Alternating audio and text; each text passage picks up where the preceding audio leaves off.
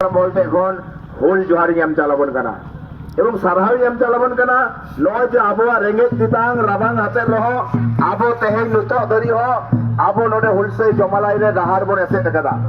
আমি ধন্যবাদ জানাবো আমাদের মাঝি বাবাদের পারগানা বাবাদের এবং মাঝি হপনদের প্রত্যেকের ধন্যবাদ জানাবো কেননা আমরা পারি আদিবাসীরা যখন তাদের তখনও বলেছিলাম দেয়ালে পিঠ ঠেকলে তবেই এরা কিন্তু হুঙ্কার করে আমাদের আজকে দেয়ালে পিঠ ঠেকে গেছে সেই জন্য আমরা হুঙ্কার করেছি এবং আমরা ডিএম এর কাছে যে সমস্ত কথাবার্তা বলে এলাম সেটা আমি প্রত্যেকটা জনসাধারণের কাছে আমি সেটা ঘোষণা করব সানাম কবি লেয়া যাহাই কমন হ্যাঁ এখানে নিরানব্বই আদি আইব সারহাও এখানে আমাদের 6 দফা দাবি ছিল ডিস্ট্রিক্ট ম্যাজিস্ট্রেটের কাছে আমরা গেছিলাম এখানে এসডিও স্যার এসেছিলেন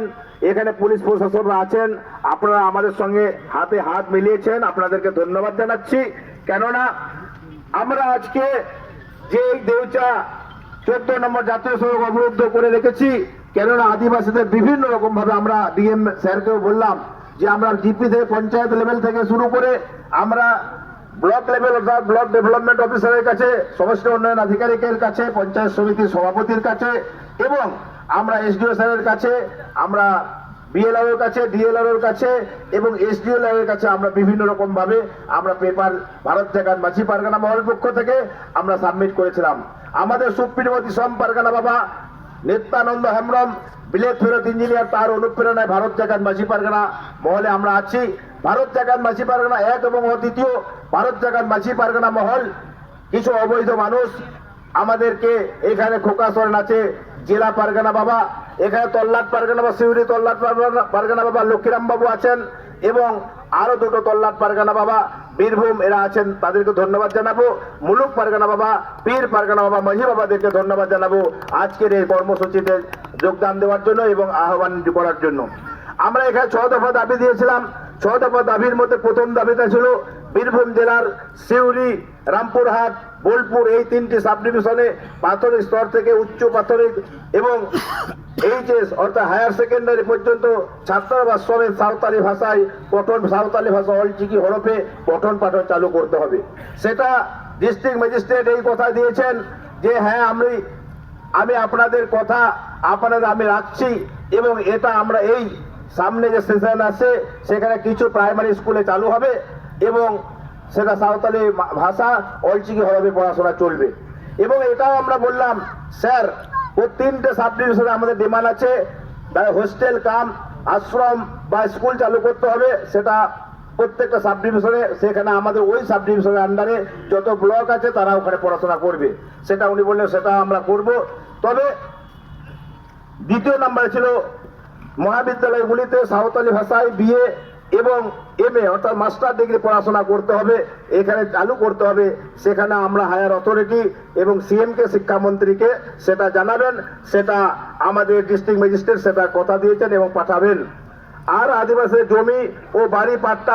করে দিতে হবে আদিবাসীদের এখনো পর্যন্ত 78 বছর পদাপূর্ণ হওয়ার পরও স্বাধীনতা পদাপূর্ণ হওয়ার পরও এখনো অনেক আদিবাসীদের পাট্টা হয়নি সেটা পাট্টা বা রেকর্ড করা হয়নি সেটা ডিএম বললেন আমি এসডিওদের মাধ্যমে এবং বিএলআর ও ডিএলআর এর মাধ্যমে সেটা রেকর্ড করা হবে আপনারা লিস্ট করে আমাকে দিন আমরা বলেছি না স্যার আপনার ব্লক লেভেল আপনার জিপি লেভেল থেকে আপনারা দেখুন একটা গ্রামে কতগুলো এখনো পর্যন্ত তাদের সেই পাট্টা হয়নি তাদের পাট্টা প্রদান করতে হবে তারা আর ভূমিহীন ভাবে থাকবে না তখন উনি বললেন অবশ্যই এটা আমি দেখব আর 4 নম্বরে ছিল আদিবাসীদের জমি দখলকারীদের অবিলম্বে গ্রেফতার করতে হবে আদিবাসীদের সম্পত্তি তারা বিভিন্ন ভাবে বিভিন্ন কায়দা কৌশলে দখল করতে চাইছেন তাদেরকে হুঁশিয়ারি দিয়ে যেতে চাই এবং ডিএম স্যার সেটা বললেন আপনার নথিটা আমাকে দেবেন দেওয়ার আমরা তাদেরকে অ্যারেস্ট করব এবং জমি ফিরিয়ে দিতে হবে যারা আদিবাসীদের জমি CNT act Santhal tenancy act এবং Chotanagpur tenancy act CNT act এই আইনে যেটা আছে আদিবাসীদের সম্পত্তি ও আদিবাসীরা নিতে পারবেন না এই ধরনের কিছু